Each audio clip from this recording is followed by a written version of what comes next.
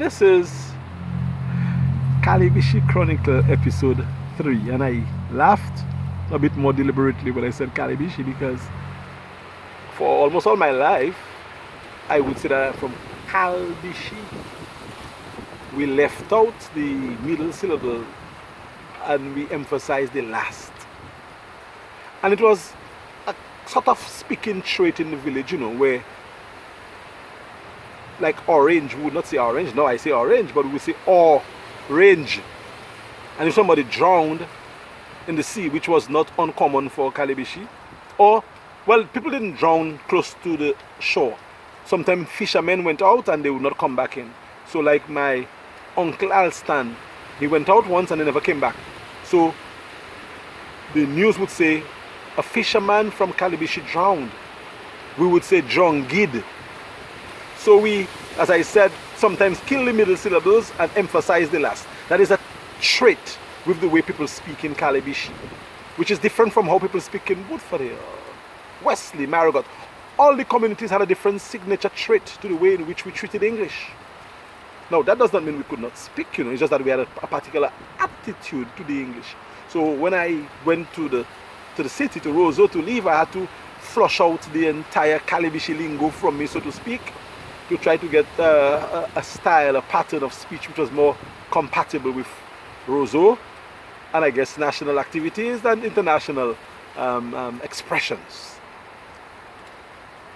The people who you met on the street in Calibishie were the essential workers or the essential respondents. Thompson was a comedian, a clown, and a village messenger. He would go around taking care of the elderly, letting people laugh. When you were sick, Thompson would heal you with laughter.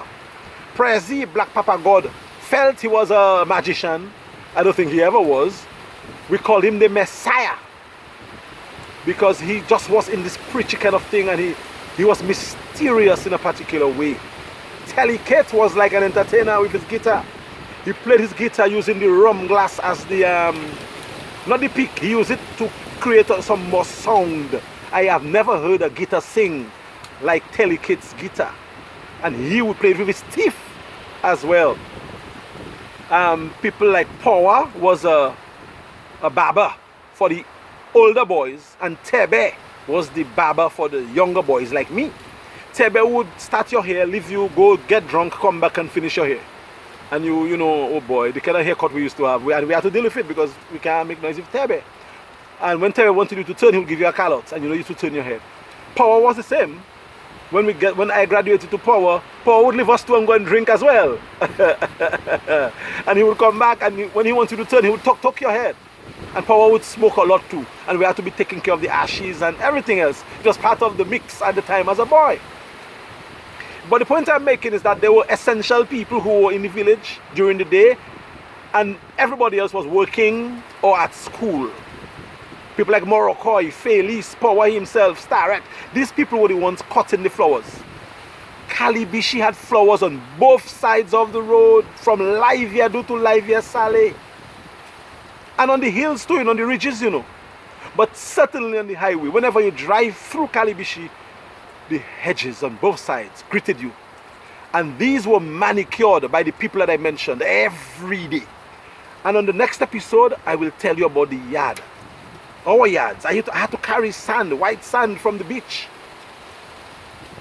Take to our yard, maybe 5, 10, 6, how many trips a day? So that we would spread in the entire yard and then we would sweep the yard. People like Roslyn for Jane. She won the competition every time. We could not pass in Jane yards when Roslyn swept. We did the same, Annie, my sister, and Valley. It was a competition in Backstreet, Sewling, all of them. Competition to see who's the cleanest yard and the best hedges. Calibishie had a reputation for being the most tidy village. I believe we still do have it.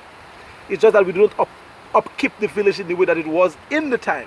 So let's talk a bit more about that on the next episode, because I want to keep it short and interesting.